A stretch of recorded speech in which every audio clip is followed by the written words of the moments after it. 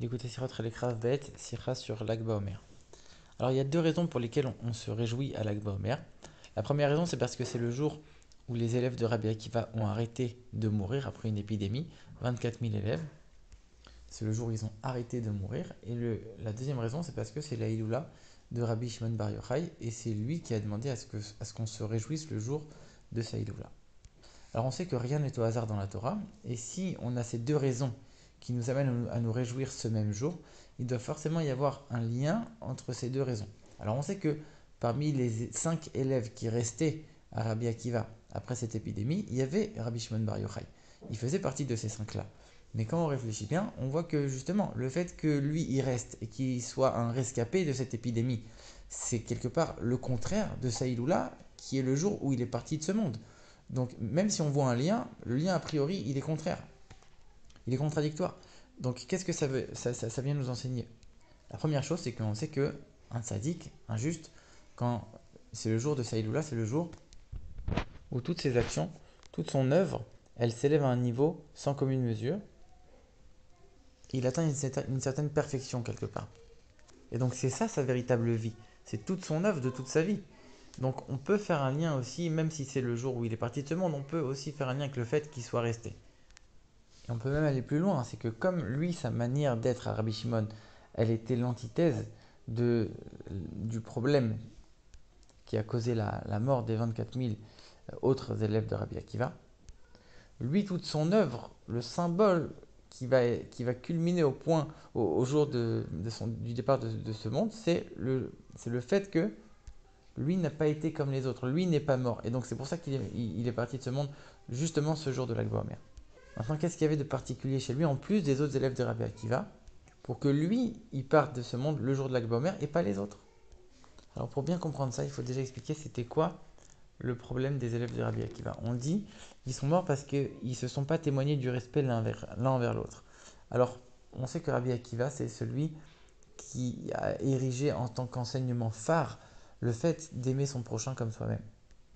Et on sait qu'un élève, il est forcément attaché aux enseignements de son maître et à la manière de penser l'idéologie de son maître. Si Rabbi Akiva, lui, toute son essence, tout son, tout, tout son enseignement principal, c'est le fait d'aimer le prochain, on ne peut pas dire que ses élèves, ils ne se respectaient pas. En vérité, ses élèves, ils étaient très profonds. Et chaque chose, ils le faisaient de manière entière, de manière investie à 100%. Sauf que chacun avait une manière de servir Dieu différente. Par exemple, quand il y a quelqu'un qui va mettre beaucoup l'accent sur l'amour de Dieu et quelqu'un qui met l'accent sur la crainte de Dieu, les deux, ils vont arriver à certains points, à certaines situations où ils vont pas être d'accord, ils vont s'opposer. Mais les deux ont envie de bien faire, les deux ont envie de faire la volonté de Dieu. Mais ici, comme c'était des gens qui, justement, ils aimaient leur prochain. Donc, ils n'avaient pas envie de dire, moi, je fais mon service de Dieu dans mon coin, ça me concerne, et les autres, ils font ce qu'ils veulent. Moi, non, je veux aussi aller partager mon point de vue et ma manière de servir Dieu avec les autres. Et quand ils voyaient que les autres étaient en opposition avec eux, alors c'est quelque chose qu'ils avaient du mal à accepter, qu'ils avaient du mal à supporter. Et donc, ils ne leur témoignaient pas le respect qui était dû à un élève de Rabbi Akiva.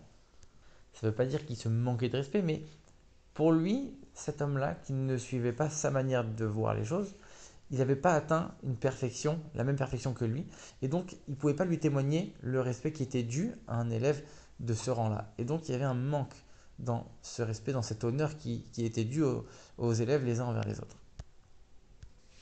Et bien sûr, comme c'était des élèves de Rabbi Akiva, cette manière d'être, ils la tiraient aussi en partie de leur maître.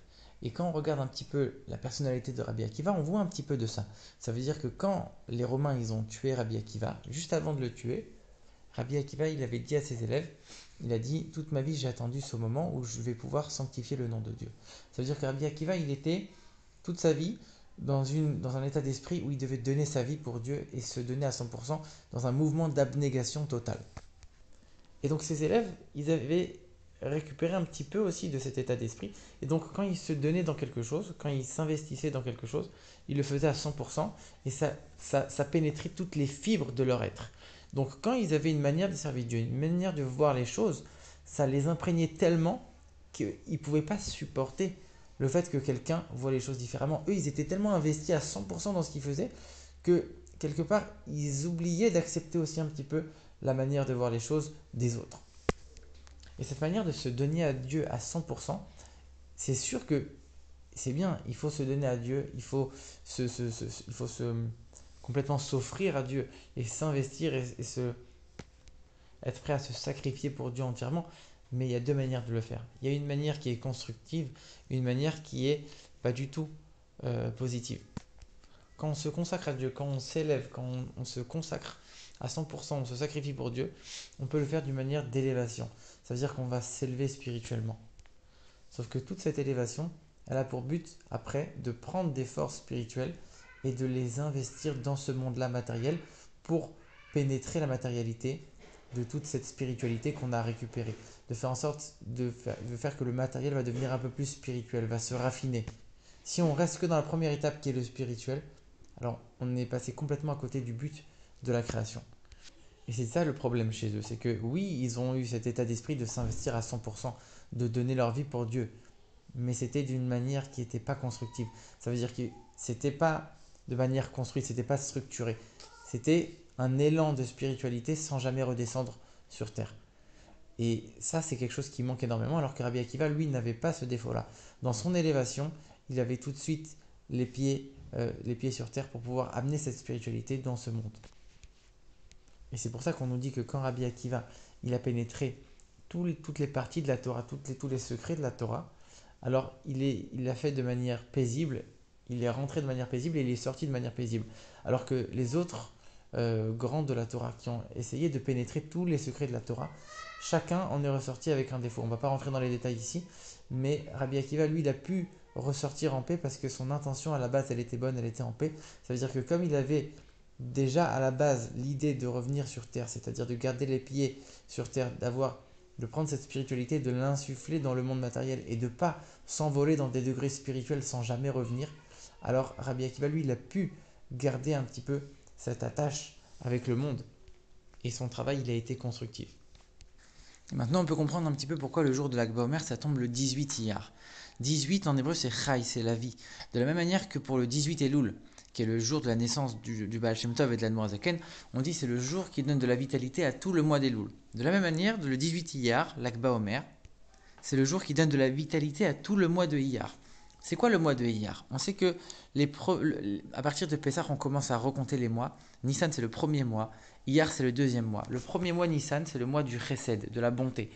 Iyar, c'est le mois de la sévérité. Ça veut dire quoi? La bonté, c'est un mouvement qui vient du haut vers le bas. C'est Dieu qui donne sans limite aux hommes. Et la sévérité, entre guillemets, la rigueur, c'est lorsqu'il y a le flux de l'homme, le service de Dieu de l'homme qui va s'élever vers Dieu.